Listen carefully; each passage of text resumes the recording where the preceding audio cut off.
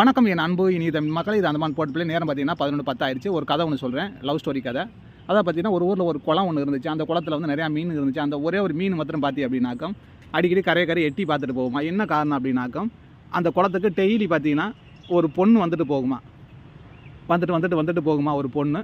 அந்த பொண்ணு பார்த்துட்டு இந்த மீனும் போகுமா. இப்படி ரொம்ப நாள் அந்த மாதிரி லவ் ஸ்டோரி ஓடி இருந்திருக்கு. உடனே ஒரு நாள் என்ன பண்ணியிருக்கு, அந்த மீன் அந்த பொண்ணை லவ் பண்ண ஆரம்பிச்சிச்சான். நாளாக அந்த பொண்ணு இவ்வளோ அழகாக இருக்கே அப்படின்னு.